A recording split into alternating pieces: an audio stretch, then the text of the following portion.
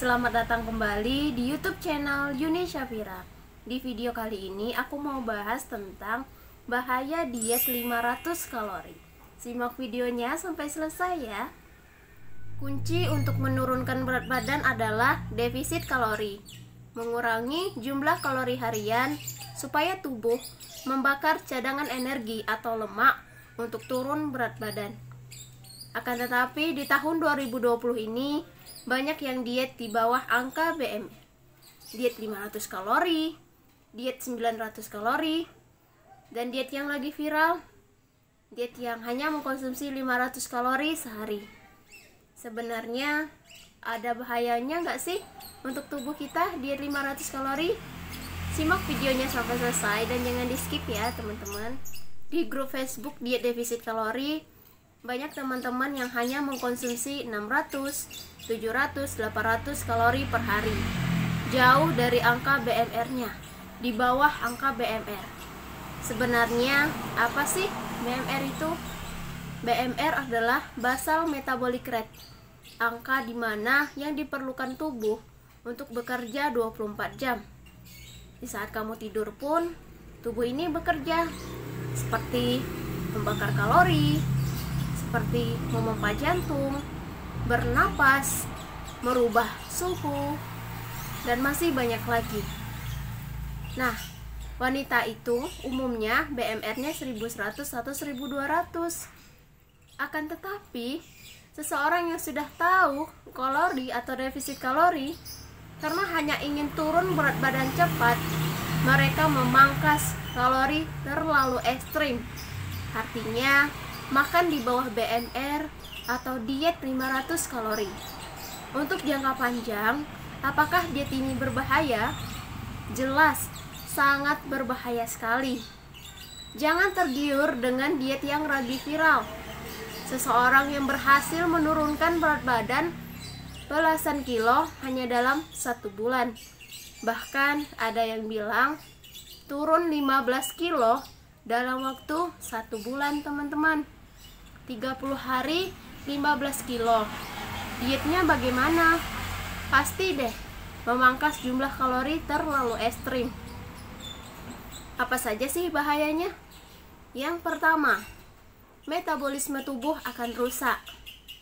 Ayo, tubuh kita ini bekerja. Masa sih kita tega hanya karena kita ingin lomba turun berat badan? Kalau angkanya semakin banyak turun di angka timbangan digital atau viral teman-teman, siapa yang cepat turun berat badan, maka itulah diet yang akan viral. Siapa yang cepat turun belasan kilo dalam sebulan, maka itulah diet yang terbaik, diet yang lagi tren. Cek dulu nih, metabolisme tubuh orang itu berbeda-beda ya teman-teman. Pasti kalau hanya mengkonsumsi 500 kalori akan mengganggu metabolisme tubuh.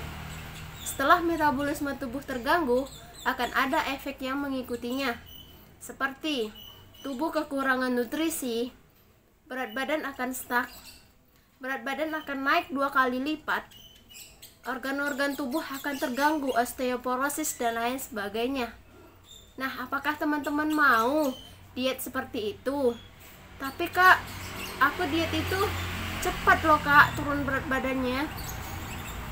Oke, apapun yang ingin kita lakukan pasti ingin yang terbaik dan ingin yang tercepat. Bukan berarti semua harus dilakukan dengan cepat, termasuk menurunkan berat badan teman-teman. Ingat, turun berat badan itu bukan ajang lomba. Siapa cepat turun berat badan, dialah yang juaranya.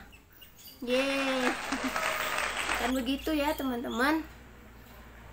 Kenapa di video-video saya itu sering bilang dietlah secara perlahan, jangan diet cepat-cepat. Karena banyak yang share ke saya diet di bawah BMR, berat badannya stuck lama, rambutnya rontok parah, terus dia pusing, terus kena vertigo, sembelit berhari-hari. Nah teman-teman, sebelum memilih diet, teman-teman tuh harus melihat dulu teman-teman evaluasi dulu nih dietnya. Bisa nggak ya saya lakukan? Masa sih saya ingin diet hanya mengkonsumsi 500 kalori? Apakah sanggup saya melakukan diet ini untuk kedepannya? Apakah tega saya menyiksa tubuh saya dengan diet 500 kalori? Coba teman-teman evaluasi dulu gitu sebelum teman-teman memutuskan untuk melakukan diet. Kenapa saya sebelumnya suruh hitung angka kebutuhan kalori di TDE kalkulator?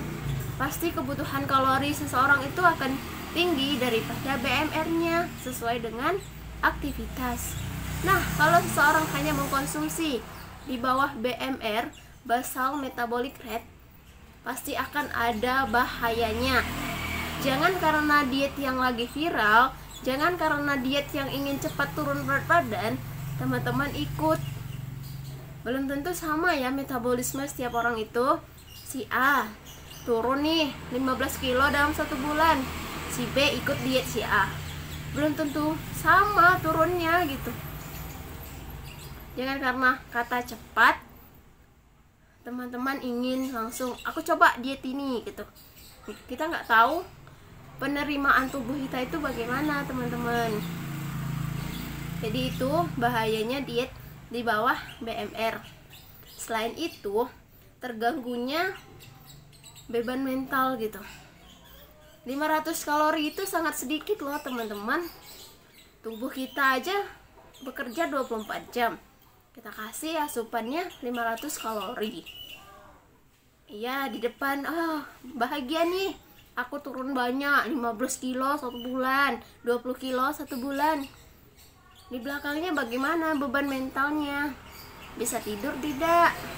Terus malam-malam cari makanan tidak?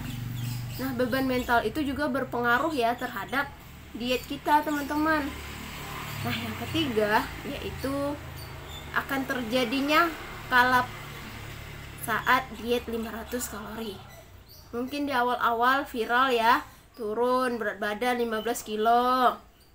Terus nanti udah bosen sama dietnya, udah capek, merasa putus asa, berat badannya stuck, nggak mau diet lagi, makannya banyak lagi 2 kali lipat, berat badannya mungkin akan 2 kali lipat naik lagi teman-teman. Apa mau perjalanan diet teman-teman seperti itu? Apa mau dietnya yoyo gitu? Nah, kenapa saya diet itu dalam 1 tahun? Karena saya juga dulu kepancing dengan kata-kata cepat teman-teman. Bayangkan, kita semuanya perlu proses.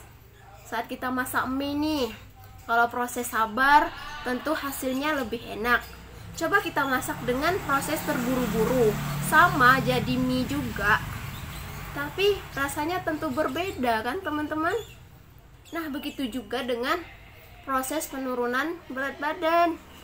Normalnya nih, turun berat badan itu 0,5 setengah kilo sampai 1 kilo dalam 1 minggu. Lambat banget mbak, saya pengen capai target cepat. Kalau 1 minggunya kamu turun 1 kilo, kalau kamu konsisten dengan diet yang kamu lakukan, 4 minggu ke depan udah berapa kilo coba? Biar perlahan namun pasti enjoy dan happy, daripada cepat-cepat nanti akhirnya bosan lagi, berat badannya naik lagi, cari diet tercepat lagi. Apa mau siklus dietnya seperti itu? Karena perjalanan diet itu gak semudah yang diucapkan ya. Hari ini diet, belum tentu besok konsisten. Hari ini udah makan menu diet, belum tentu siangnya bisa konsisten makan menu diet lagi. Karena itu yang saya rasakan teman-teman. Jadi saran saya, jangan diet di bawah BMR atau diet 500 kalori kalau teman-teman tidak didampingi oleh dokter gizi. Ya, kalau teman-teman ikut diet 500 kalori yang didampingi dokter gizi, si A ini didampingi dokter gizi, diet 500 kalori. Aktivitas fisiknya nggak banyak melakukan pembakaran kalori, nggak banyak NEAT atau aktivitas di luar olahraga gitu ya. Oke lah, dia lebih jelas lah bisa turun dengan diet 500 kalori. Sedangkan kita ibu rumah tangga, banyak aktivitas kesana kesini, apalagi nih di ibu-ibu yang punya balita mengikuti diet 500 kalori, kan nggak sama gitu, aktivitasnya tuh nggak sama. Jadi teman-teman nggak perlulah ikut-ikut diet yang viral. Semakin cepat turun berat badan semakin viral, semakin cepat angka timbangan geser semakin bagus dietnya. Perjalanan diet tidak seperti itu teman-teman. Diet yang sehat adalah diet yang bisa teman-teman lakukan untuk jangka panjang. Diet yang sehat adalah diet yang berkaitan dengan beban mental, pola pikir, dengan perasaan happy dan enjoy. Untuk apa cepat-cepat? Akhirnya naik 2 kali lipat. Biar lambat asal selamat.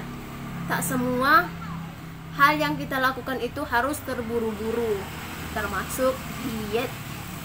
Diet defisit kalori bukan berarti teman-teman harus takut dengan angka kalori makanan. Teman-teman masih bisa makan makanan favorit tanpa harus takut dengan kalori makanan, karena tubuh kita juga perlu asupan nutrisi dan gizi yang seimbang. Jangan hanya memikirkan angka timbangan, namun juga memikirkan kesehatan jiwa. Jadi sekian dulu videonya teman-teman. Terima kasih untuk teman-teman yang sudah menyimak. Jangan lupa untuk klik tombol subscribe, like dan juga komentarnya ya. Share juga ke teman-teman kalian semua. See you next time video.